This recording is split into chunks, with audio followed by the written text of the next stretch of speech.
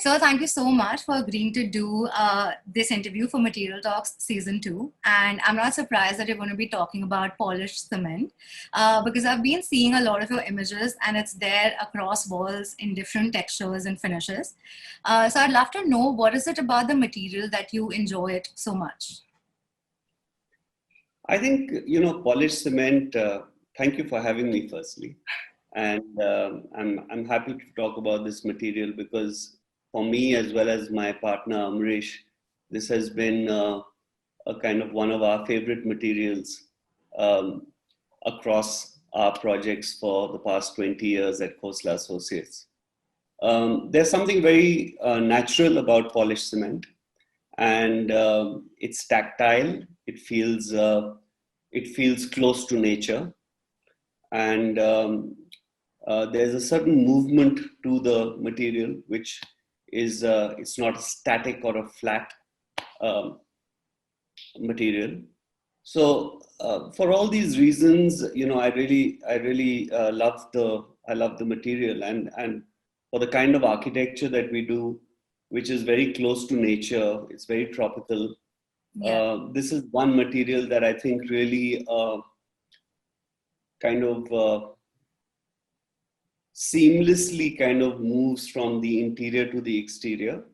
And, I think when you use it, especially on thresholds, when you use it in courtyards, when you use it in verandas, on certain surfaces, I think it really cuts the harshness from the built form to the natural environment in a very beautiful way.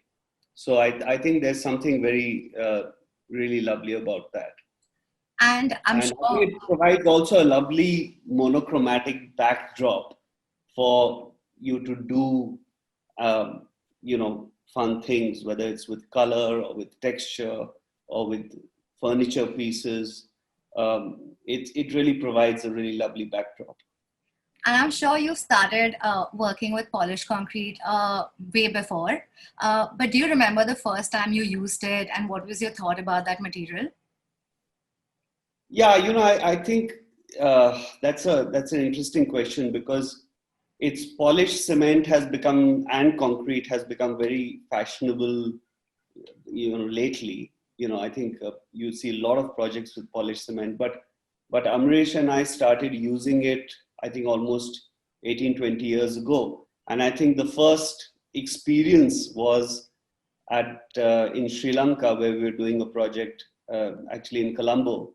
And I remember sitting down with the workmen who were doing these polished cement floors, and actually us understanding the process and how they were doing it, the layers of the mixture of the sand and the cement, the trowel finish, the care they were taking in providing the correct expansion joints.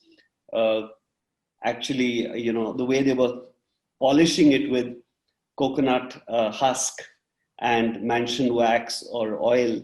So I think this was, it was just lovely experience for us to see that. And at that point, we kind of, actually, my partner Amrish, he learned the recipe and then taught it to a few workers. And then, we've been working with this now across several projects.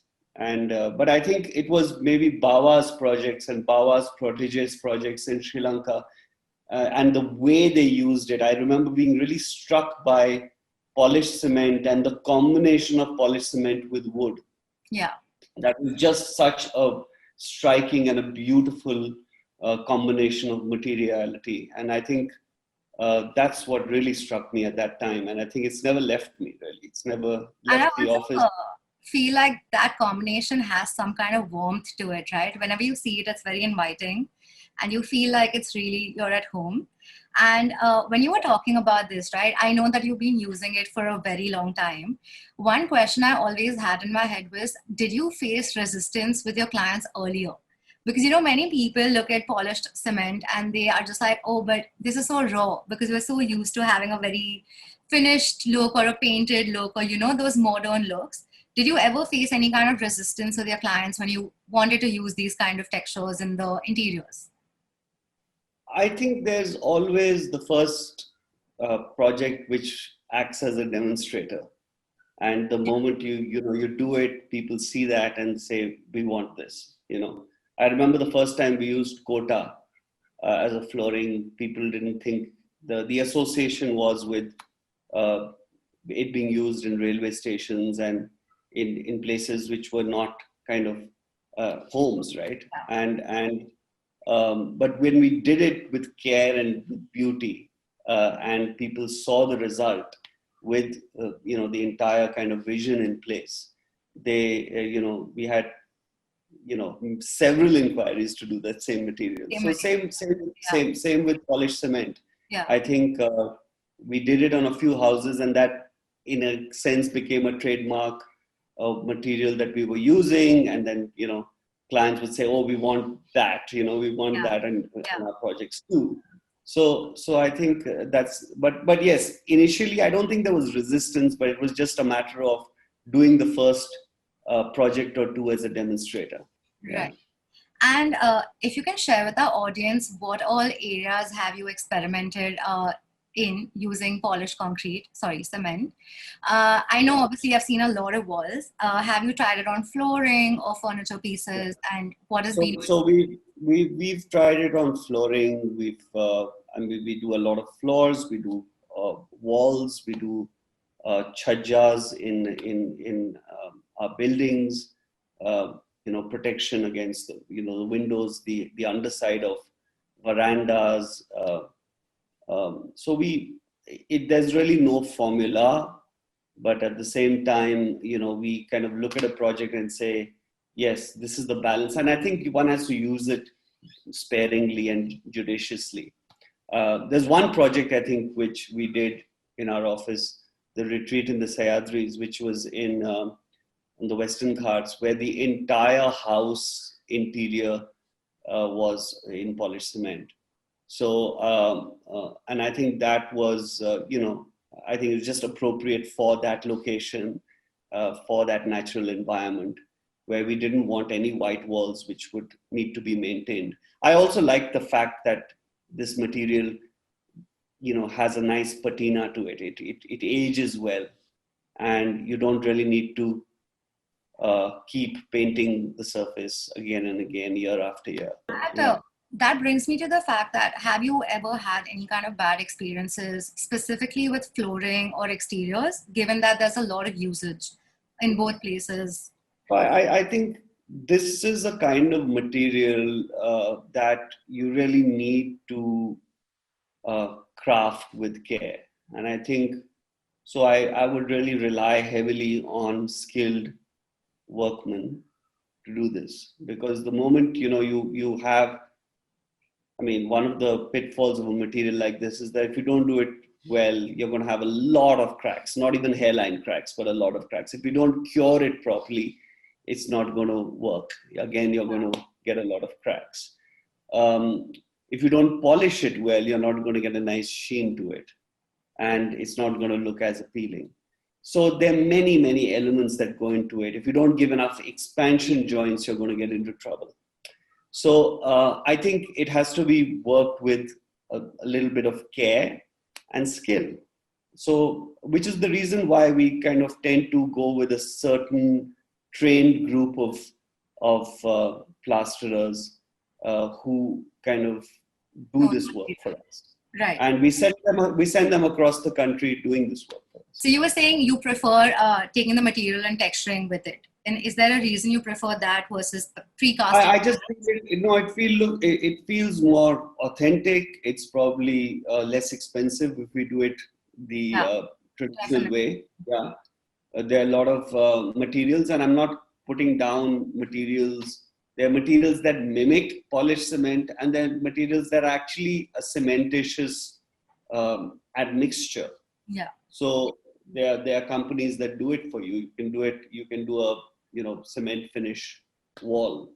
Right. But since we've learned a certain method and we find it authentic and we find it beautiful, there's no reason why we should not use that. It's not.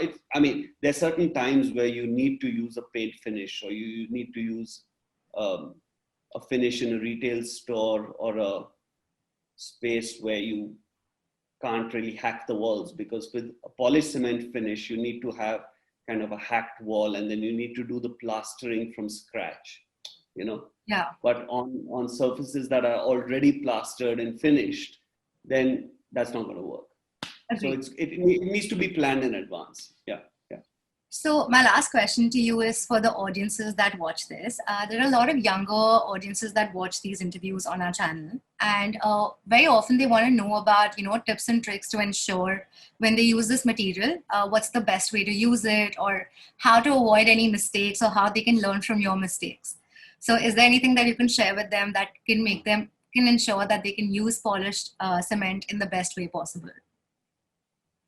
I think because it's a hand troweled natural finish, I think the only thing I could advise is that one should select panels or sizes with certain grooves, so that a workman in one, when the workman starts with a trowel, he doesn't stop and then start again the next day, because then you're going to get lines and you're going to get variances.